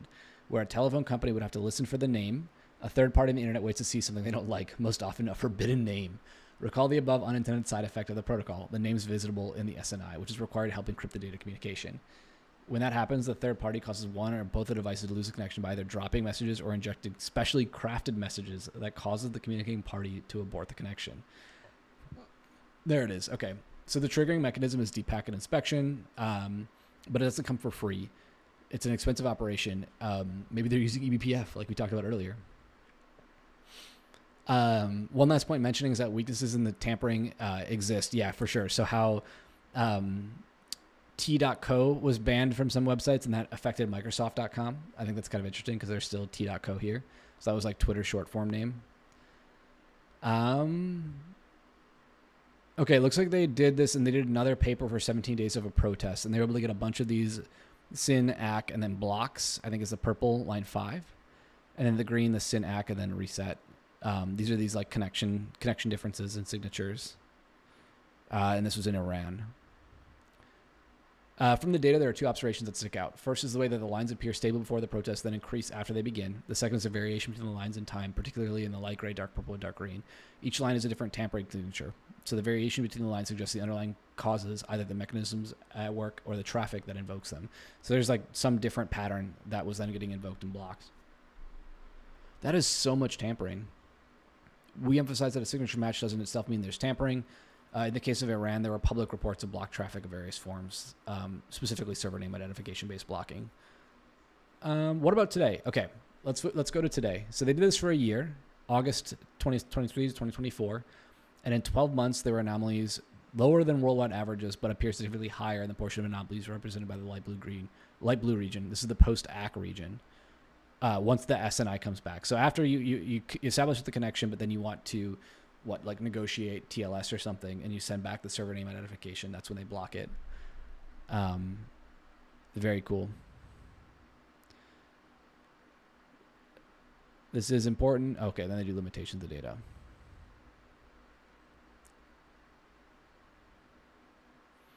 Okay, so they define now that, okay, here's where they actually define the type, post SYN or any of these. So no packets after a single SYN, one or more resets after a single SYN. So I think this is them trying to craft that like drop packet. And then the same thing, post ACK and then post push. Multiple data packets. That's interesting. Classified 19 signatures. Okay. So the post SYN is like SYN comes back, SYN ACK comes back, and on that way back, it says, no, we know who this is coming from. We're going to block it. And it just sends a reset to both people. Or in this case, SYN ACK and then ACK, and then they send the TLS handshake, and that includes the server name identification, something that gets blocked by the middleware. Obviously, like Cloudflare is observing this because they watch this go through, and then they watch that come back, and then it doesn't show up anymore. So that's pretty cool. I wonder how they collected that data at scale. That's a good question. I do wonder how they picked that up.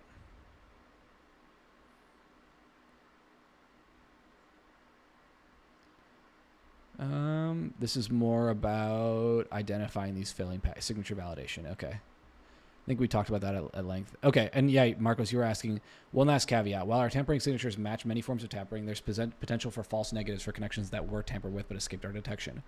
For example, some examples are connections terminated after the first 10 packets since they don't sample, fin injection, a less common alternative to reset, or connections where all packets are dropped before reaching Cloudflare servers. Signatures do not apply to UDP-based protocols such as Quick, and they want to expand that. Very cool. Love this post, Cloudflare. Keep this coming, and I want to know what you people think in the comments. So let me know. All right, see ya. Cool. We saved that recording too. That has been solid. This is a very cool report, and I will drop that in chat. Sorry for blasting the light mode. I want to read this paper, and maybe I'll re-record it then, because I clearly don't fully understand this. But I do think it's really compelling to read about. Okay, that is all for me today. I got to run. That was neat. Thanks for hanging out, everybody. We're going to start a raid. Who are we going to raid?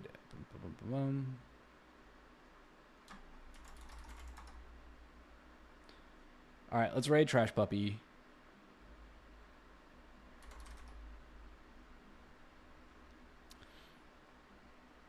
Thank you again for hanging out. If you're new here, I appreciate if you drop a follow. That helps me out. Much appreciated. Thanks again, and we'll probably see you all next weekend. All right. Take care, y'all. See ya.